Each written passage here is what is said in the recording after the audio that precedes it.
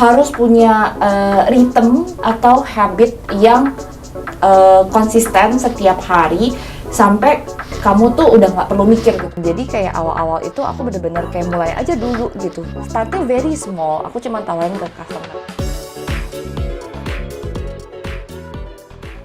Hai, welcome to Next Gen Podcast by Woman Obsession. Hari ini kalian akan ditemani aku sebagai host, Salsabila Lesa. Dan hari ini kita bakal ngobrol seru-seru bareng narasumber yang spesial karena dia adalah termasuk salah satu Forbes 30 Under 30 Asia 2021, yaitu Stephanie Tan. Stephanie Tan. Stephanie Tan, how's your day? Good. Monday back to work day, so excited. Harus semangat ya? Harus semangat, so many project coming up. So ya, deg-degan juga but excited. Gimana nih, Stephanie Tan, boleh perkenalkan diri nggak sih? Stephanie Tan ini siapa? Oke, namaku Stephanie Tan, aku founder dari fashion brand yang namanya Jolly Clothing. Sekarang ini jadi Jolly Clothing udah 9 tahun, so ini brand yang bisa dibilang mungkin anak kesayangan aku ya gitu. And the brand itself juga bisa dibilang bajunya cocok banget untuk teman-teman yang lagi nyari baju buat pre-wedding. Yes, seperti ini. Contohnya saya. Atau misalkan lagi ada occasions, bridal party, atau baby shower. Pokoknya any occasions yang kira-kira kamu butuh baju cantik, itu Jolly tempatnya tempat tuh kamu cari. Kalau dari, tadi kan cerita nih soal Jolly sendiri. Tapi kalau latar belakang Stephanie itu apa sih? Aku ini sekolah fashion design. Jadi emang aku tuh dari SMP, SMA, itu tuh aku tuh udah demen banget sama fashion. Aku dulu termasuk curvy. Dan waktu zaman dulu tuh baju curvy, kalau badannya curvy itu tuh susah banget cari baju. Jadi tuh aku nggak bisa gambar. Di dalam otak aku tuh aku hanya punya imajinasi, oh kayaknya bagus deh kalau misalkan pakai baju ini, warnanya seperti ini gitu. Dan dari situ awalnya need sendiri nih gitu, aku belajar fashion design di Singapura. Aku belajar bikin pola, aku belajar gambar, belajar tentang kain, segala macem. Nyampe balik ke Indonesia, aku sempat kerja di desainer, salah satu desainer yang super terkenal di Indonesia yang I look up to. And juga aku sempat kerja di fotografi. Nah, waktu aku kerja di fotografi company, aku dulu jadi stylist. Nah, di situ berarti ya. Bener. Nah, waktu aku jadi stylist itu, aku juga ngeliat ternyata need para wanita di Indonesia itu tuh mereka tuh suka nggak pede dengan baju yang mereka pakai. Dan aku ngeliat di situ ada gap. Oh oke, kayaknya buat baju-baju yang lagi nyari buat pre-wedding atau misalkan occasions itu tuh belum ada marketnya. Jadi di situ aku coba bikin. Awalnya iseng tawarin ke klien-klien aku. Keterusan sampai sekarang. Yeah, I really say it was by grace and bener-bener right timing banget sih waktu itu kita mulai ya. Dan itu juga awal-awalnya kita online tuh lagi booming banget tuh. 9 atau 10 tahun yang lalu tuh lagi booming banget. Local brand lagi rising. Itu juga makanya itu kita kayak bener-bener the right timing banget kita masuk, and thank God we're still here until now. Berarti kalau 10 tahun yang lalu itu 2013 nggak sih kira-kira? 2013, ya. Kita start 2014. Aku start my business when I was 23, ya. Oh, oke. 23 atau 22 lah. Berarti dari umur segitu aja masih muda udah punya inspire untuk bikin clothing brand ya? Awalnya dari need diri sendiri, terus aku ngeliat juga ada needs orang lain juga membutuhkan baju yang sama, jadi aku juga ngeliat oh oke, ada marketnya nih yang masih belum keisi gitu. Dan dari situ Jolly Clothing try to tap in. Oke, berarti Jolly Clothing juga ada marketnya sendiri ya?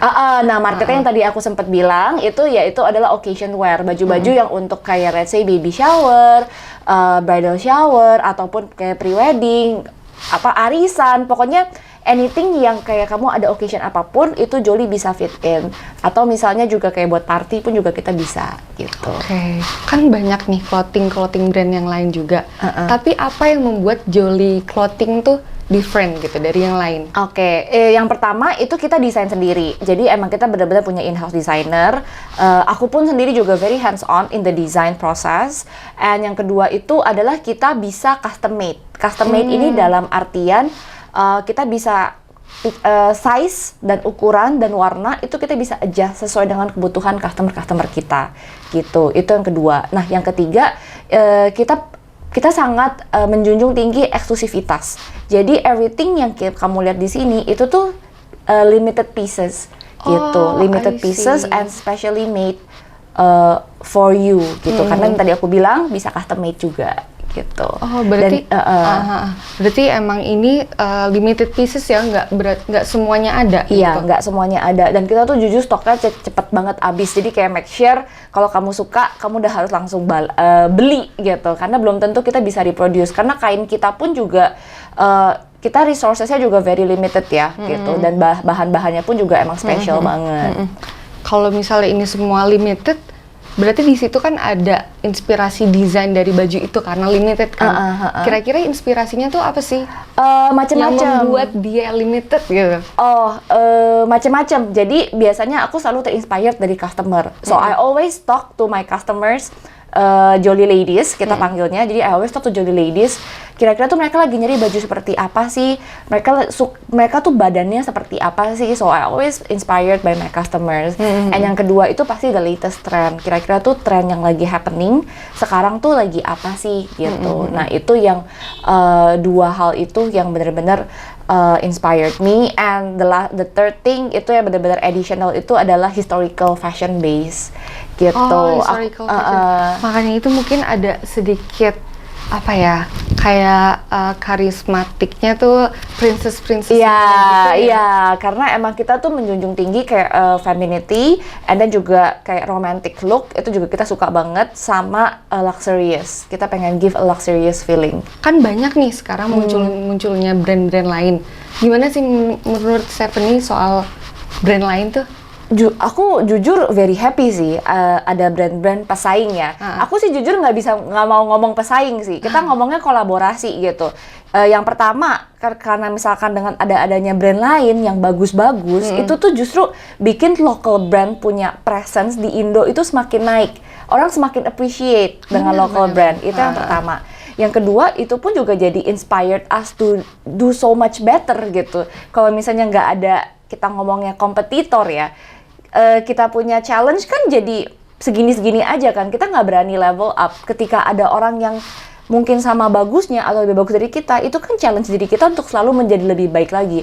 So honestly speaking, I'm so happy with the local brand that has been happening di Indonesia gitu, dengan fashion yang lagi happening banget. Itu aku support banget dan aku happy banget, dan hopefully one day dari sekarang sampai ke depannya tuh aku dengan local brand lain tuh bisa maju bareng-bareng gitu. Nah, memang keren banget sih Stephanie ini. Karena bukan kayak pengen Jolly aja yang maju ke depan, tapi pengen brand lain juga gitu yang selalu maju ya. Iya, jadi bisa maju bareng-bareng, jalan bareng-bareng, sukses bareng-bareng, why not gitu. Kan bisa celebrate bareng-bareng juga. So wise. Gimana sih kamu membuat customer itu bisa menjadi followersnya Jolly? Yang pertama pasti kan awareness. Of course kan we create awareness dulu. Kita awal-awal kan start dari social media and dari teman ke teman gitu. I always believe in like mouth to mouth marketing. So when the customer is happy with our product, they will be mereka pasti akan loyal sama kita. Dan itu secara langsung mereka akan share ke teman-teman mereka. Gue beli baju dari Jolly Clothing nih, bagus banget nih, lu coba deh gitu. Jadi itu dari situ sih, bener-bener the journey juga kita udah 9 tahun ya. Jadi kalau ditanya awalnya dari temen, yes. Awal dari klien, yes. Cuman sekarang our customer base itu sudah all over Indonesia sekarang. Dan kita pun juga dulu kan juga sampai sekarang sih masih suka ada exhibitions di luar kota. And itu yang bikin customer base kita makin lama makin besar. Nah, tapi kalau soal challenge dalam membangun brand ini dari Jolly Clothing itu, kira-kira ada nggak sih challenge-nya yang bikin wah ini nih challenge banget? Oh, banyak sih. Yang pertama mungkin dengan perkembangannya zaman ya, karena kita kan juga start dari social media. The way social media juga berfungsi juga selalu berubah. Kita ngomongin let's say soal algoritma, atau kita ngomongin soal pandemi ya. Customer behavior pun juga berubah. Di situ kan kita harus ngikutin. Cara berpakaian baju berubah, tren baju berubah. Itu yang bikin kita harus gak berhenti untuk selalu adapt with the situations, with the current trend yang selalu berubah. So I think itu challenge yang constant ya. Menurut aku mau berapapun umur bisnis kamu akan pasti selalu punya challenge itu gitu. Itu sih. Apa yang dilakukan untuk konsisten menjalankan bisnis di usia muda seperti Stephanie ini? Yang pertama sih pasti disiplin ya. Maksudnya itu self disiplin itu harus udah dari diri kita sendiri gitu. Yang kedua itu ya kamu kan juga, kita sebagai leader kita punya tanggung jawab terhadap tim-tim kita gitu kan. Ya aku pasti pikirin tim aku lah gitu, Jolly Heroes aku gitu kan. Kalau akunya iya, kita panggilnya Jolly Heroes. Soalnya kalau nggak ada mereka, Jolly juga nggak mungkin ada kan sekarang. Jadi itu ya aku harus pikirin mereka gitu kan. Maksudnya kalau akunya nggak berinovasi, kalau akunya nggak kerja kan mereka nggak bisa kerja. Terus nanti nggak ada penghasilan gimana gitu. Jadi kan aku kan juga kan harus punya tanggung jawab juga ke mereka. Itu yang kedua. Sama yang ketiga, aku juga punya tanggung jawab ke loyal customer aku gitu. Karena kan mereka kan pasti nanyain ada baju baru nggak, ada promo apa, bakal bazar di mana lagi kan. Jadi itu yang jadi drive and my passion juga, and mungkin ada satu lagi cita-cita terpendam aku gitu. Karena aku juga dari dulu selalu pengen kayak Jolly itu benar-benar bisa dikenal, kalau bisa tuh se-internasional gitu ya, mancanegara gitu ya. Kita doain aja deh yang terbaik itu deh. Itu suatu hal yang bisa. Iya. Dan pasti kita sebagai orang Indonesia bangga Jolly bisa di internasional tuh pasti keren banget. Iya, jadi itu yang lagi kayak kita lihat, dan itu yang jadi kayak drive aku supaya tetap stay konsisten sampai sekarang. Aku lihat di Instagram Stephanie suka golfing, terus suka jalan-jalan juga. Nah, how do you manage your work-life balance gitu? Kan biasanya kalau misalnya jadi owner clothing brand udah sukses ini, masuk 30 under 30 juga, itu kan biasanya kayak wah kerja banget, tapi kayaknya enggak deh, happy aja nih. Gimana sih tuh caranya bisa manage work life balance itu? Honestly, I'm still trying even until now gitu. Cuman mungkin aku kayak one thing that I learned ya lately, try to enjoy the seasons that you are in gitu. Ada masanya kayak kamu emang harus fokus banget di kerjaan kamu, yang kamu mungkin jadi don't really have time untuk let's say socialize. Ada seasonsnya kamu emang harus socialize, and mungkin harus stop kerjaan kamu, jangan terlalu ngegas seperti biasanya gitu. So I think understanding your season is very important gitu.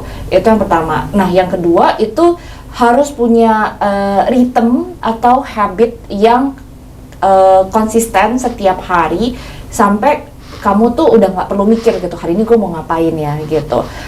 Pasti kan let's say kita ngomong working hour 9 to 6 lah ya, 9 to 6. Itu kan udah constant gitu. Nah, gimana caranya let's say sebelum jam 9 dan setelah jam 6 itu kamu fill your schedule. Kalau aku pribadi, I always fill my schedule with workout in the morning gitu. Workout and meditate gitu. So, bilang nggak ada waktu, it's always about how you manage your time kan. Jadi kayak aku try my best to wake up in the morning, let's say kayak jam 6, aku olahraga dulu, meditate dulu and everything gitu. Aku doa dulu gitu kan, supaya bisa memulai hari yang cerah gitu ya. Jangan lupa berdoa. Aku doa dulu, aku baca renungan dulu gitu. Abis itu olahraga, makan, to start the day right. Aku kerja, abis itu aku kalau masih ada sisa waktu, aku spend time with my family, let's say friends. Sabtu Minggu aku udah jadwalin, okay, I need to spend time with my friends gitu. Atau misalnya kalau tadi golf atau olahraga, I try to shift my schedule, misalnya kerjanya siangan atau malaman gitu. So making a calendar is very important and for me is very helpful ya. Yang penting time scheduling sih. Iya. Karena orang tuh kalau misalnya dia udah fokus kerja, dia kadang suka lupa membahagiakan dirinya sendiri juga. Iya, aku kadang-kadang suka gitu juga sih. Iya kan? Tapi kayak mungkin bisa didengar pejuang rupiah, bisa dicontoh Stephanie ya, kalau misalnya kerja tuh ya kita harus ada rem-remnya dulu lah. Jangan terlalu yang bekerja banget, tapi kayak kita harus enjoy the moment juga. Maksudnya thanks untuk ke diri sendiri juga. Sharing cerita di balik Forbes 30 Under 30 Asia. Dan Stephanie juga masuk di SWA Influential Woman in Asia Gimana sih ceritanya? Boleh diceritain nggak soal Forbes itu? Itu kan lagi pandemi ya, semua orang di rumah. Baju kita kan tadi kan aku bilang juga occasion wear Iya, ya. benar. Siapa sih yang pakai baju pergi gitu kan? Itu pun juga for some reason jadi ada yang nominasiin aku gitu, ada yang nominasiin aku, and tiba-tiba aku dipanggil. Aku nemuin Lentera Generasi Bangsa. Iya. Itu apa sih Lentera Generasi Bangsa? Jadi Lentera Generasi Bangsa itu adalah komunitas yang berfokus di bidang edukasi anak-anak, khususnya bagian kreativitas. Jadi seperti menggambar, menari, main musik gitu. Jadi ini kita adalah sekumpulan orang-orang yang punya hati untuk melayani di PAUD-PAUD atau di rumah belajar. Di waktu itu kita di Kebon Sirih, jadi kita mencoba fokus dulu di Kebon Sirih gitu. Dan sebenarnya misi kita simple, banget. Kita cuma pengen anak-anak ini nih punya bekal untuk bisa mencari kerja. Anggaplah kayak mereka diajarin melukis gitu, mereka gambar pakai cat mereka gitu, dan itu mereka jualin aja gitu lukisan mereka dengan harga yang reasonable. Itu mereka sudah bisa mencari nafkah. Atau misalnya nari gitu, mereka jadi